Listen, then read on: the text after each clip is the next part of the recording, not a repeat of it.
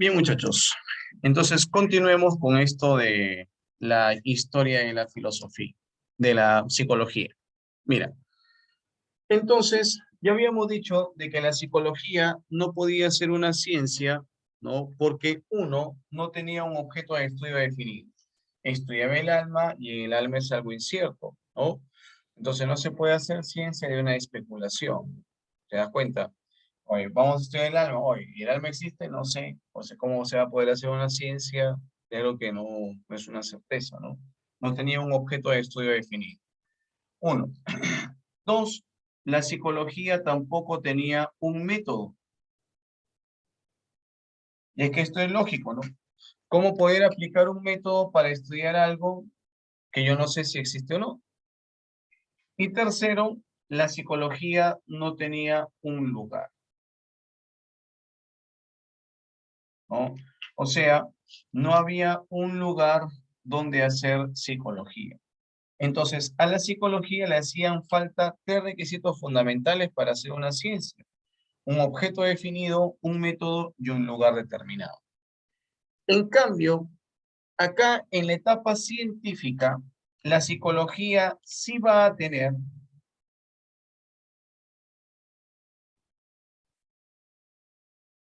la psicología acá sí va a tener lo que acá no tuvo para hacer una ciencia, acá sí lo va a tener. Mira, la psicología va a tener un objeto de estudio definido.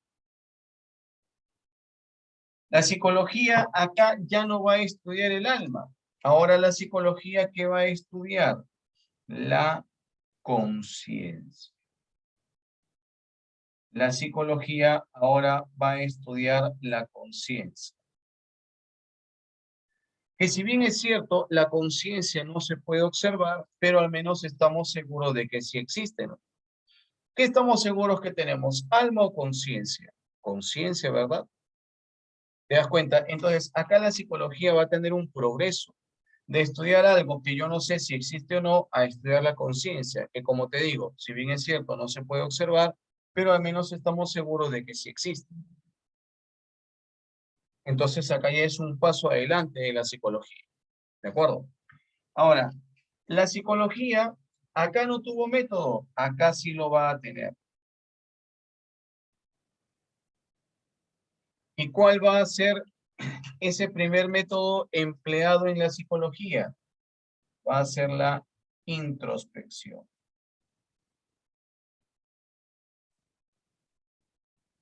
Va a ser la introspección. ¿Ya?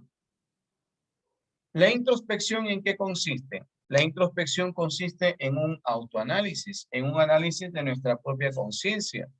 Este va a ser, ojo, este va a ser el primer método empleado en la psicología: la introspección, el autoanálisis, el análisis de nuestra propia conciencia. Ese va a ser el primer método empleado. ¿De acuerdo? Mira, si a mí me dicen, ¿cuál es el primer objeto de estudio de la psicología? El primer objeto de estudio de la psicología, ¿cuál es? Es el alma. Y si me dicen, ¿cuál es el primer objeto de estudio de la psicología científica? Ahí va a ser la conciencia. ¿De acuerdo? El primer método empleado en la psicología, ¿cuál va a ser? La introspección, que consiste en un autoanálisis, en un análisis de nuestra propia conciencia. ¿De acuerdo? Ahora, ¿qué hace falta? Acá no tuvo lugar, acá sí lo va a tener. ¿Y cuál va a ser ese lugar? Acá está. El laboratorio experimental de psicología, ¿no? Ese lugar va a ser el laboratorio experimental de psicología en la Universidad de Leipzig en Alemania. Y con esto empieza la etapa científica de la psicología y con esto empiezan todas las escuelas psicológicas. Mira, mira tú, todas las escuelas psicológicas, todas sin excepción, pertenecen a la etapa científica de la psicología. ¿Ya? Todas las escuelas psicológicas pertenecen a la etapa científica de la psicología. No hay escuela psicológica insisto, no hay escuela psicológica que pertenezca a la etapa precientífica. ¿Ya? Todas las escuelas psicológicas son de la etapa científica de la psicología. Y estas escuelas psicológicas permitieron de que la psicología mejore, crezca, ¿no? Se haga más sistemática, más ordenada, más jerarquizada, que afiance un objeto de estudio, que incremente sus métodos, que progrese, ¿no? Las escuelas psicológicas van a ayudar para el progreso de la psicología. ¿Estamos de acuerdo? Ya van a ayudar a mejorar la psicología de estas escuelas psicológicas. Y te insisto, todas las escuelas psicológicas pertenecen a la etapa científica de la psicología. ¿De acuerdo? Y la primera escuela psicológica va a ser el estructuralismo, ¿ya? Que ya la vamos a ver en un instante más, pero te voy anotando acá, ¿no? La primera escuela psicológica, ¿ya? La primera escuela psicológica será el estructuralismo.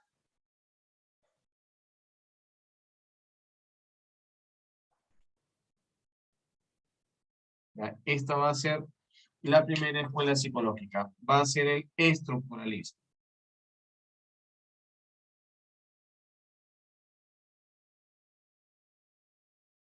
¿Ya? Que ya la vamos a empezar a trabajar en el siguiente vídeo, ¿no? En el siguiente vídeo ya nos toca empezar a ver escuelas psicológicas. Ahora, miren, antes de entrar ya de lleno a la etapa científica, antes de entrar de lleno a las escuelas psicológicas, vamos a resumir esta etapa precientífica.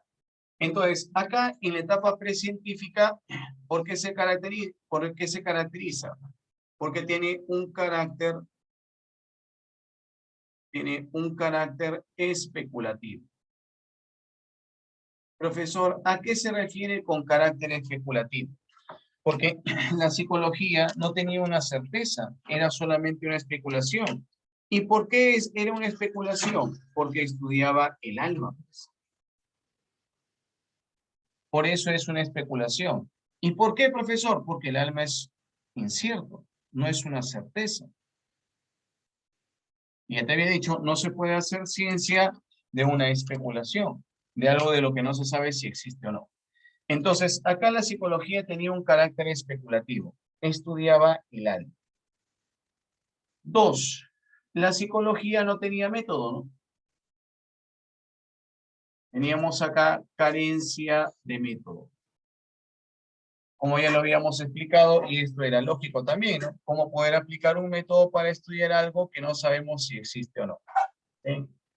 Y tercero, la psicología estaba influenciada, ¿no? Influencia de la filosofía, sobre todo en la época antigua, y de la teología. La teología va a influir no solamente en la psicología, sino que en toda la ciencia, ¿no? Sobre todo en qué etapa, en la Edad Media, ¿no? Tú sabes que la Edad Media estuvo determinada por el teocentrismo. La institución más importante en la Edad Media fue la Iglesia Católica, ¿no? Y todas las ciencias estuvieron subordinadas a la teología, ¿no? Todas las ciencias estuvieron subordinadas al mandato de la Iglesia, ¿no? Y aquel que pensaba diferente, tú recordarás, recibía pues una condena eh, bastante cruel, ¿no? Bueno, que los llevaba pues incluso hasta muertes totalmente impactantes, ¿no? Como la hoguera, la guillotina, ¿no? Eso tú ya lo debes conocer por historia y también por lo que hemos visto en filosofía. Bueno, entonces, en la etapa precientífica hubo un carácter especulativo, porque la psicología estudiaba el alma, ¿sí? Y el alma es algo incierto, solamente una especulación. No hubo método, carencia de método, y estuvo influenciada por la filosofía en la época antigua y la teología en la Edad Media, ¿no? Y cosa que va a durar incluso hasta la Edad Moderna, hasta ya pues el total desligue, ¿no? De las ciencias de la teología, ¿no? En la disminución del poder de la iglesia, ¿no? Eh, para que las ciencias se empiecen a liberar, pues, y la gente pueda tener libertad de pensamiento y pueda tener libertad de investigación también, ¿no? ¿Ya? No te vayas a olvidar que la psicología también, ¿no? La psicología estudiaba el alma y que esto, alma, era sinónimo de aire o respiro etimológicamente. De allí que la psicología en la antigüedad también le hayan llamado neumatología, ¿no? Le hayan llamado neumatología. No te olvides que los primeros en estudiar el alma fueron los grandes filósofos de la antigüedad, Platón y Aristóteles, ¿no? Platón en sus obras El Fedón y el Fedro, Perisique en su obra, Aristóteles en su obra Perisique, o también llamada de ánimo.